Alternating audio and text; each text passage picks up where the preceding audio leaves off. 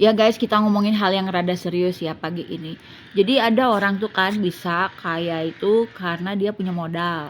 Misalnya modalnya itu bisa dari keturunannya, dari orang tuanya emang udah kaya. Jadi dia bisa dimodalin sama orang tuanya. Nah itu sebuah privilege ya.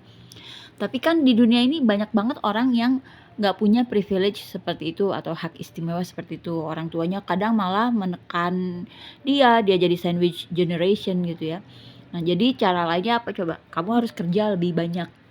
Jadi kalau kamu nggak punya modal, kamu harus kerja lebih banyak ya. Nggak sopan ya kakak.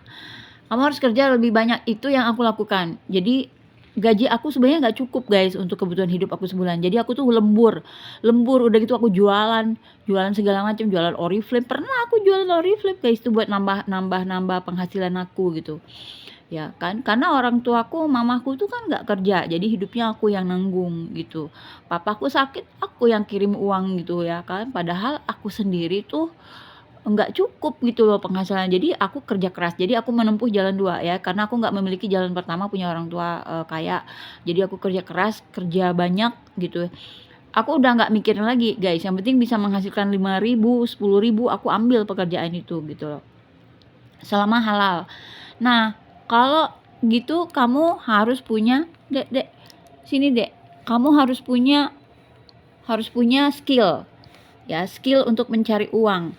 Ya, bisa dengan kepandaian, bisa dengan tenaga. Kan ada orang yang nggak punya skill tapi bisa bisa bantu orang dengan tenaganya. Misalnya benerin genteng, bersihin got, nah atau bantu ngepel-ngepel. Nah, itu adalah dengan tenaga.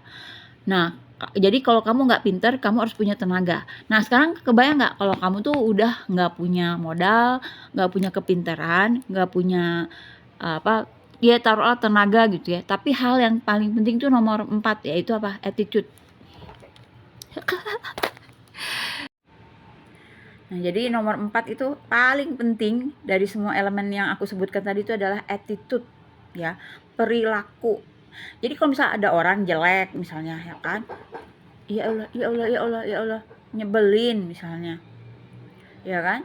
Terus bodoh pula, gak punya kemampuan, tapi dia tuh masih baik gitu, orangnya masih baik, kelakuannya masih menyenangkan gitu, itu masih mending guys, masih bisa ketolong. Nah yang susah tuh kalau sudah gak punya 4 elemen itu, terus ditambah lagi dengan dia gak ada bagus-bagusnya gitu ya, udah deh selesai dunia. Jadi perhatikan attitude. Jadi kalau kamu nggak punya apa-apa, terutama kalau kamu miskin, kamu tuh harus baik sama orang gitu ya. Baik sama orang itu. Jadi jangan maling, jangan ngerugin orang lain ya. Jangan nipu-nipu orang lain. Nah itu insya Allah lah masih selamat lah hidup kalian tuh.